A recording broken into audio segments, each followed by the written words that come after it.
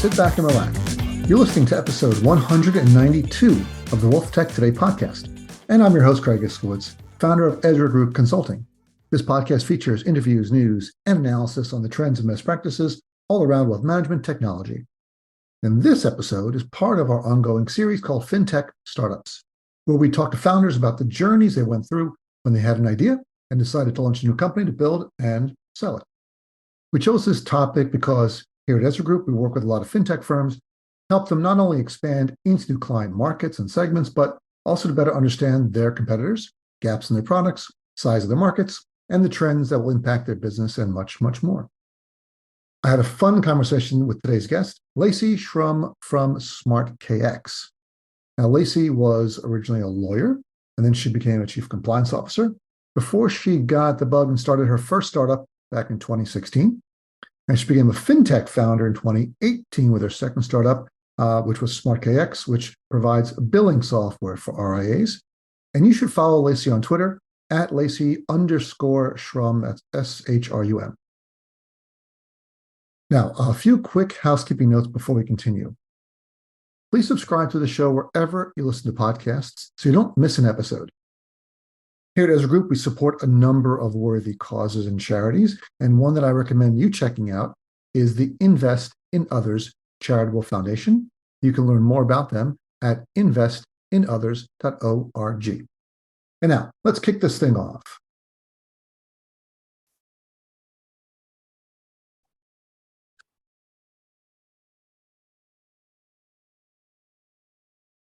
I am excited to introduce my next guest on the program. It is Lacey Shrum, founder of SmartKX.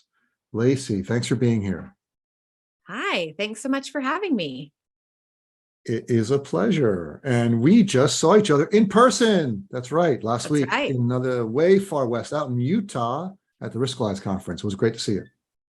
Yeah, it was so great to see you. Great conference, impeccable weather. Can't ask for really anything better. It was crazy how nice the weather was. I know. And where are you calling in from now, Lacey? I'm dialing in from Dallas, Texas. Beautiful Dallas, Texas, where we all love the people, but hate the football team. I knew that was coming. Mm-hmm. Yes, it is a beautiful rainy day in Dallas. It's pouring rain in Dallas. It's terrible. In fact, the weather is so bad in Dallas that you're jealous of me being in New Jersey right now, where it's sunny. Maybe. A little bit, maybe a little bit. It's your show, Craig. That's right. Whatever you want to say, you just say. I'm just going to edit it out. Whatever you don't want to say bad about New Jersey, I'm just going to cut it right out. Fair. And I'll piece your words together. Say, I think New Jersey is great. You'll create another verge of me. I'll make an alternate version, alternate Lacey version. Exactly. Yeah. Right, so Lacey, glad you're here in the program. For everyone who may be not aware of SmartKX, can you give us the 30-second elevator pitch? Yes. So I'm an attorney. I was at an RIA. I worked with tons of RIAs. They all disliked fee billing. They would bill quarterly. They would grumble at it. It was difficult. It was manual. What was worse is the SEC would come in, ask to see the fees versus contracts. Most of the time they were failing. The SEC confirmed that last year in a risk alert. So I built SmartKX to automate the fee process into one seamless click of a button. And along with calculating fees, it also just drafts and discloses the fees to the client. So your fees are automatic and always exactly as you and the client have agreed to. I always find it interesting why someone starts a company, especially a tech company. It's always an interesting story. So it was really scratching your own itch, or you were seeing the problems firsthand and decided to build your own solution. Yeah, I'm a lawyer, and I really was interested in technology. So I went down, I've had other businesses, somewhat startups in the past, just trying things, tinkering with things. And there was just this massive problem with fees. And when you looked at it, you're like, why were fees in a portfolio management system when they aren't married to that? They really have no relationship.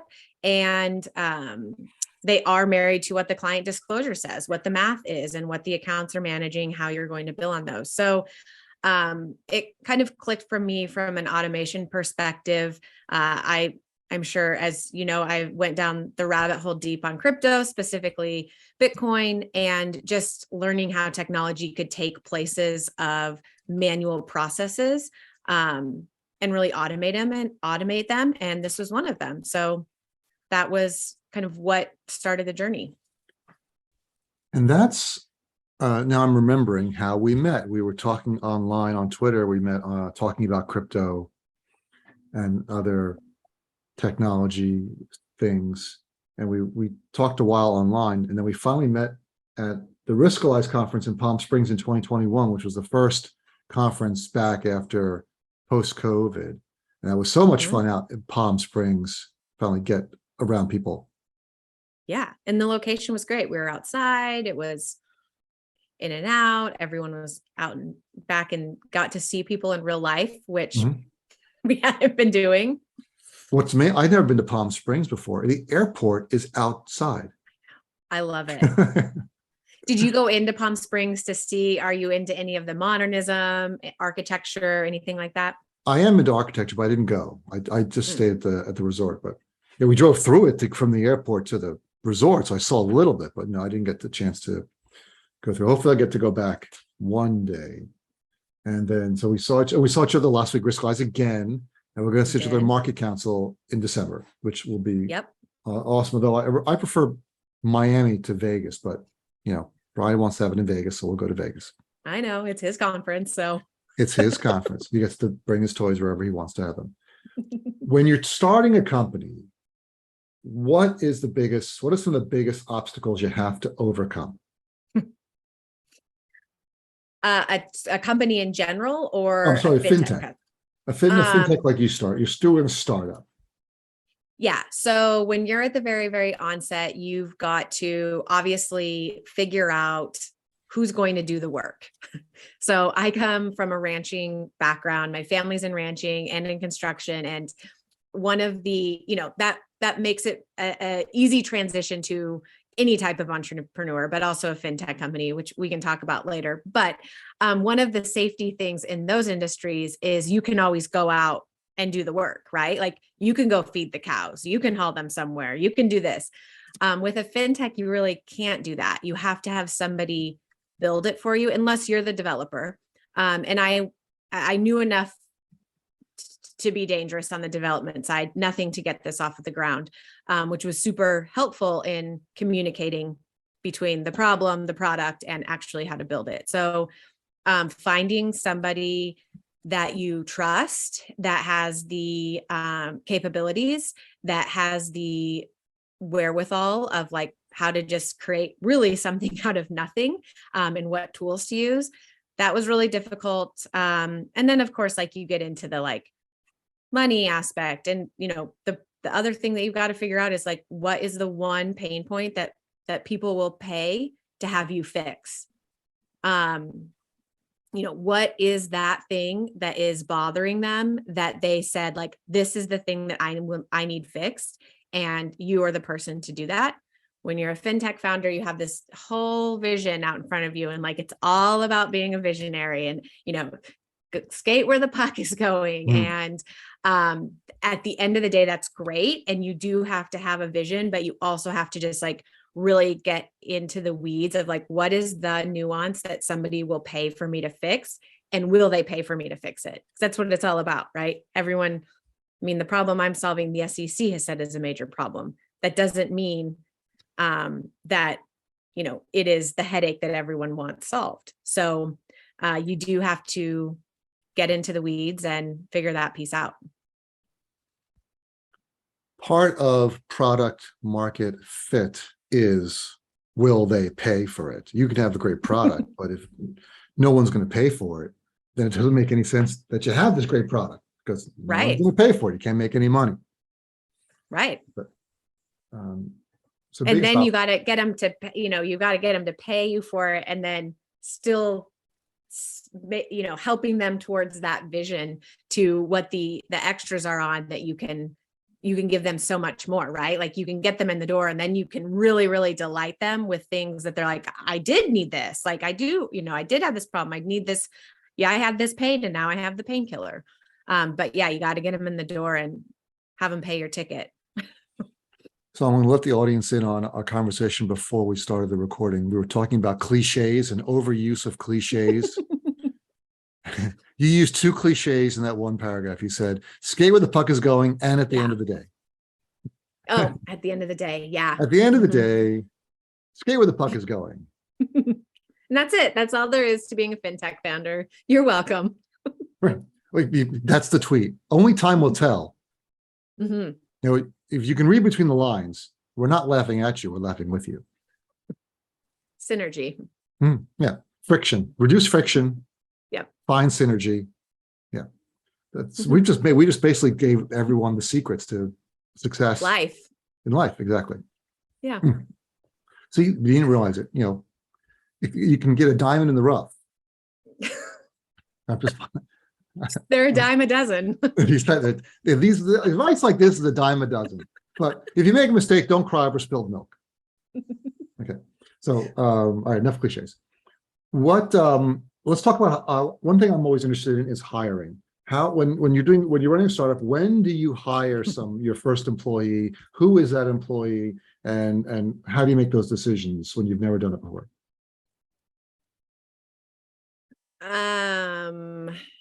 How do you make those decisions? Well, I mean, it's for me, getting a developer that wasn't a choice, right? Like I didn't have the option to go out and start writing code. I knew enough. I did take web development classes. As a lawyer, it's a particularly interesting endeavor because you already are writing and thinking so literally. But I didn't have a choice. So obviously I had to find a developer. And then as we've brought on clients, we've backfilled, some of the dev work, some of the product work. And I've always been really fortunate to meet people in my network, or the stars have aligned, the interwebs have aligned, that what they were looking for, we needed, and they had, talents and capacity to take that on. So the people part has been challenging at times to get the right people in. And sometimes the right people are the right people for a certain time, and then they have to move to something else. They don't have those tools that you need. So it's relying a lot on what your capital will allow you to do, and what talent you need. And of course, what talent is out there that's coming to your door. Yeah, I always find it interesting. There's so many different things you can hire for. So you can outsource some, you can hire some, you can do both. Do you have which way did you go in terms of outsourcing versus bringing in, hiring people full time? We really start with outsourcing. So I mean, like our marketing now, that's outsourced. And as that kind of takes over capacity of not making financial sense anymore, we transition. And if that person is ready, we transition to employment, or, seek somebody to fill that spot. But it is in a fintech at really any stage, but it is cash flow management. You have to have the cash to survive, and you don't want to mess that up. No, that's difficult for some people to do, right? Because it's, how long do you go on, and making payroll. It's one thing we can't pay a consultant. It's another thing you have to, you've got your employees. When that payroll comes through every 2 weeks, you've got to pay it. Right. Because laying people off sucks, I can tell you. Yeah. What are some mistakes that you made in the process that you wish you could do over again? What would you recommend people how to avoid those mistakes? I wouldn't say that I wouldn't say I made a mistake. No, I would say, I mean, I'm not that vain, but I would say that every business that I've had and every endeavor, like you just learn how to do things faster. So the mistakes, while they're not something like I fortunately, knock on wood, have not had a mistake where I'm like, oh, I would never, that was so horrific, but it is something that you can move on faster from and get over sooner. So I think the biggest thing I've learned about in product is just what we talked about at the very beginning, like get that, whatever that little thing is, it is hopefully a part of what your vision is, but it may seem to you like it's just so basic. Like, how is this person having this problem? Or like, that seems like such a tiny little piece of the big problem I want to solve, but you've got to kind of let all your guards down to be like, okay, but it doesn't matter. This is the problem they want solved. So like, let's solve it. It is a grain of sand in the big vision. And kind of letting the market sort of guide you, but also, you've got to keep some parameters in place. So that was a big one that took a little bit longer, but I think the other one is just getting your messaging down. I mean, everyone talks about just listening, and being able to move fast. So being able to move fast over like things that aren't working, getting to a yes, or if not a yes, getting to a no, and keeping your mindset in a way like it's all, I mean, you were at Risk last week, Jackie Joyner-Kersee, she talked about it's all your mind. Like she talked about winning that last bronze was better than, she didn't come out and say it in the gold, but she certainly said it was better than that silver she won at their first Olympics. It's all about your mindset. So like keeping the right people around you, the right things that are coming into your brain, and like keep your mental game very strong. I was listening to interview, I think it was with Michael Phelps's trainer, and talking about how what he believes one of the strengths, besides that Michael Phelps is an incredible athlete, but there's lots of incredible athletes out there. Right. That he built up a regimen that Michael Phelps did every day of a meet. He had the exact same regimen. He would, drive there at exactly the same amount of time before the meet started. He would sit in exactly the same place. He would listen to the same music. We'd have the same breakfast. He would do the same number of warm-up laps. Everything the same. That way, he was so used to that it destroyed all the pressure that you normally have in these things, because he was just doing his routine. Everything became a routine, and it helped him. It was one of the things he said helped him towards being one of the greatest swimmers in the world.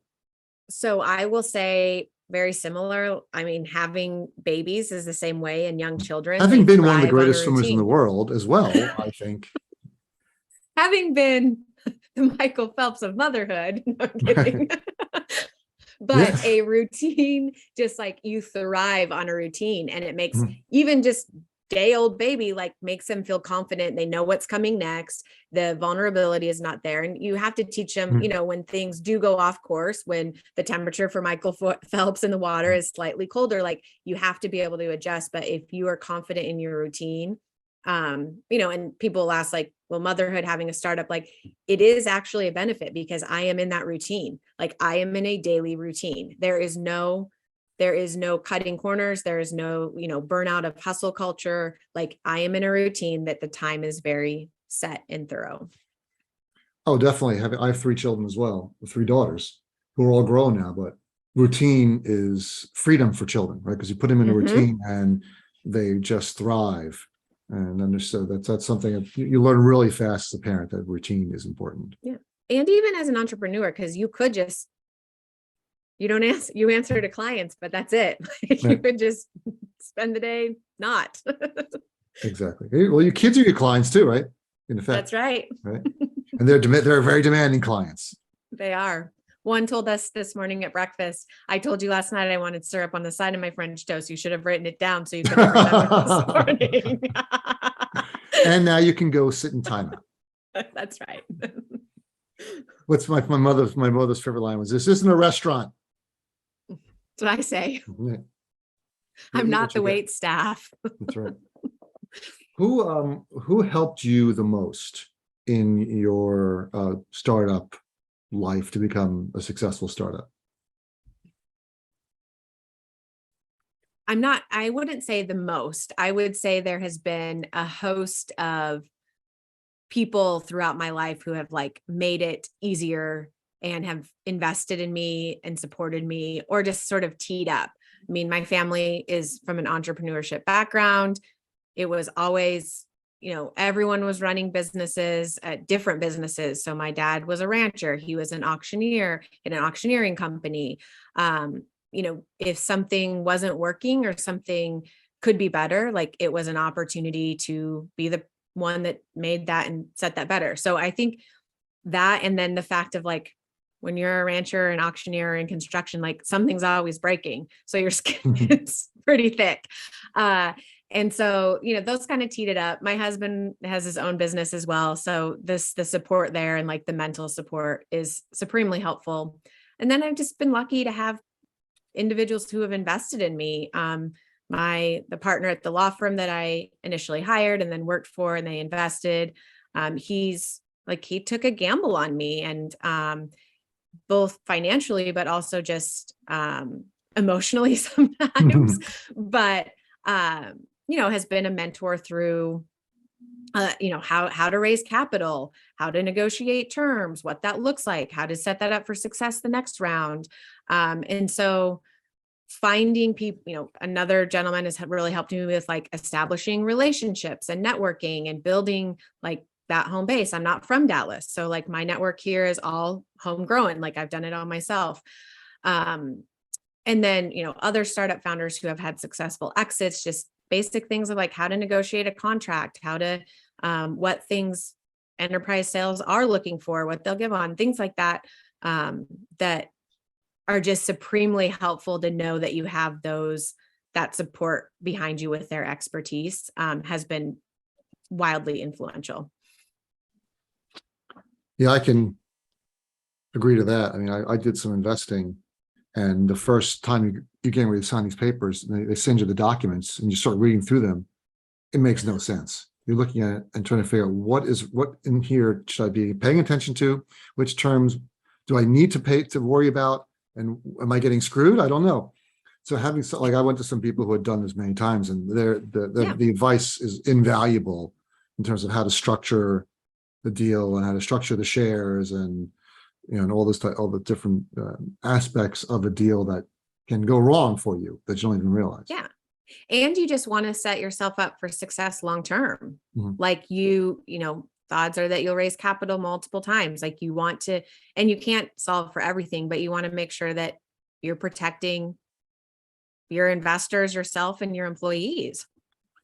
Especially employees. There was another company that shall remain nameless, a Fintech, a WealthTech firm, that the CEO sort of became enamored with fundraising. They just wanted to keep saying he raised this money, raised that money, kept raising, and wound up trend of the past now. Trend of the past, wound up diluting the employees. Yeah. Tremendously, where they really got screwed in the end. They didn't realize it. But when they finally got bought out, the employees got very little, way less than they expected. And the investors took most of the money. Right. Because that's the way the deals were structured. Right. Poorly structured deals. Yeah. And just everybody, I think now obviously it's cooled, but like who doesn't want to be in a tech startup and you're going to make billions and you're the first in employee, like all these things. And it just, in Dallas, our venture is a little more tame just to begin with, because we're not on the coast. And so it's, not as wild as, we're looking for the next unicorn. So it's a little more tame here, but just like, especially your early investors are usually friends and family, like making sure that they understand, and your employees that you're giving equity to understand, like, here's how you're going to get paid if this is successful, is really important, rather than like anything, just selling this, rainbows and butterflies. True. That's I can't quit with the cliches. I'm sorry. Would you stop? I mean, it's time, right? The writing's on the wall. All right. You have to remember what goes around Automate comes your around. fees. But we have to remember that every cloud has a silver lining. That's true. In this case, the What about company culture? So that's another thing. When I'm looking at startups, we hear a lot about culture. What's the culture at Smart KX? Did you intentionally create a culture, and how does it help you grow?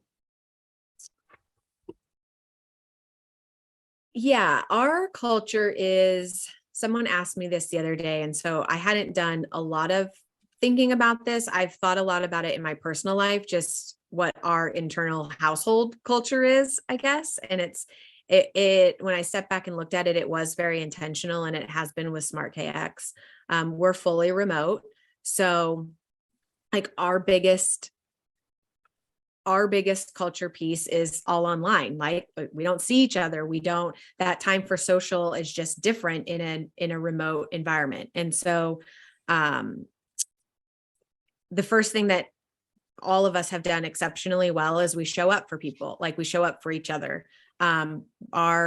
We have a team meeting every single day, whether it's 2 minutes or 30, we all show up, we're ready to go through our points, who we're waiting on for what. We do have, some personal, some back and forth.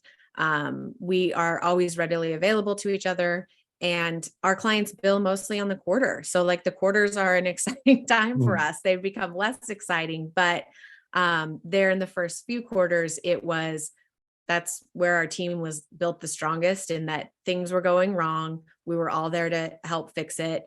It wasn't done until each one of us was done, and each one of our clients had what they needed for their quarterly billing.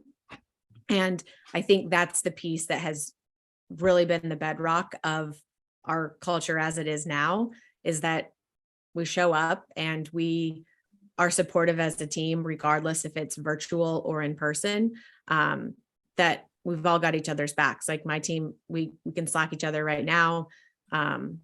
We're all there. We laugh about it. Like I said before, things break. You got to have a good humor about it. Curse a little, roll your eyes, but it's not brain surgery. And so we're here to fix it, and we have each other's back. And Jim Gaffigan, the comedian, he's on YouTube. You should look him up. He's hysterical. He has a bit where he says, we always talk about, well, it's not brain surgery. Well, what do brain surgeons say? Right? I don't know. I don't know any. But then it's always brain surgery every day. I hope that they have a routine like Michael Phelps, and somebody that keeps them coached in a routine. It's not, well, exactly. Well, Lacey, we've only scratched the surface here, but the writing's on the wall that we're running out of time. Before we go, tell me, let's talk future trends. What are some future trends you're seeing that you think are going to be impacting our industry in the next 6 to 12 months? That's not the fun future. 12 to 18 months. That's really fun. That's hard. Not much. I mean, of course it's hard. Things don't move a lot in 12 to 18 months. I think clients are going to become more persnickety. Like last year was great. Everyone made a ton of money. The market was lovely. Advisors, of course, I'm partial to billing. Advisors were able to bill. It was easy. Life was good. And I think clients, I know that it doesn't seem that way, but I am old enough that I lived through 2008. Clients are just unsettled. I think they're really unsettled from everything we've been through in the last 3 years. It doesn't look like there's any calm seas ahead of us. So I think there'll be a lot of persnickety clients, and advisors are going to have to, ramp up the client service, ramp up their knowledge of the markets, get deeper into understanding the Fed, economics, geopolitics, what that looks like. I think as with any industry, like the ones that have invested in themselves when things were calm and collected, will prevail. You and I met, I believe, on Twitter. So news of Twitter going private. Lacey, your thoughts, go. I think it's a payment play. Why? Because Elon Musk, he's been in the payment space, obviously, ever since PayPal PayPal. Mafia, right? Yeah, PayPal Mafia. And he I do believe he's a Bitcoiner. It doesn't necessarily need to be Bitcoin, but I think he understands that the roles that we've traditionally had to have banks or other intermediaries to move money. So if I'm going to send you money, there's probably about 10 to 15 intermediaries that are in there to send money, that technology can replace those intermediaries. Twitter has a great social network. And I think it's a payments play. I think you're going to see that payments, you're going to be able to facilitate payments between people and also payments for goods or services also including research, education, blogs, podcasts, things that you're interested in. You can transact a lot more efficiently. It's faster, it's cheaper. You can transact in like tiny increments, which we've seen. It's been the trend with technology is to, smaller, but more. So I think it's a payments play. That is an interesting way to look at it. It's not my original thought. I have done a lot of research, but I'm not that visionary. There are very few original thoughts, but yeah, I get it. That's true. Well, only time will tell. That's right. And the internet moves at the speed of light. Does it though? All's well that ends well. And this podcast is ending very well. And what goes around comes around. So you've given out a lot of information. So that's going to come right back to you. And when life gives you lemons, make lemonade. Okay. So where can we find out more information about your firm, Lacey Shrum? Yeah, you can go to smartkx.io. I'm on Instagram. I'm on Twitter. And then, of course, you can set up a meeting on our website, or you can just reach out directly to me. I'm Lacey at smartkx.io. Lacey, thanks so much for being here. It was a pleasure talking to you. Thanks for having me. Hey, it's Craig again. Here are my top 3 takeaways from this episode. Number 1, growing up on a cattle ranch is great preparation for becoming an entrepreneur. I did not know that. Number 2, Lacey shared some hard-won lessons learned for startups, including get your message down, outsource as much as possible, and always maintain a positive mindset. Number 3, every founder should have at least one mentor you can turn to in times of need. Building your support network will be crucial when the going gets rough, as it almost always does. Congratulations, you've made it to the end of another episode of the WealthTech Today podcast. Please go to our website, EzraGroupLLC.com, scroll to the bottom of the homepage, and subscribe to our newsletter. Once a month, you will receive an email chock full of wealth management goodness, news, updates, information. You will not be disappointed. Thanks for listening, and talk to you all again next time.